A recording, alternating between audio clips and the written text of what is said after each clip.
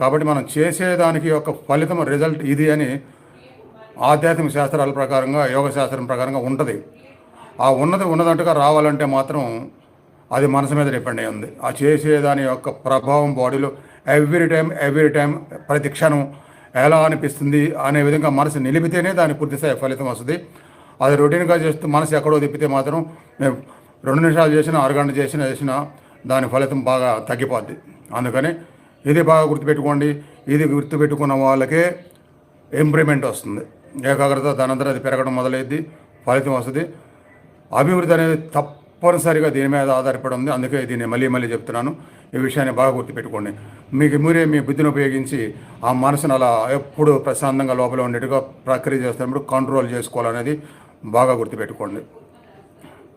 ఇప్పుడు ఉజ్జాయి ప్రాణాయామ అంటే నాడీ శుద్ధి ప్రాణాయామని ఇంతకుముందు కొన్నిసార్లు చెప్పాను.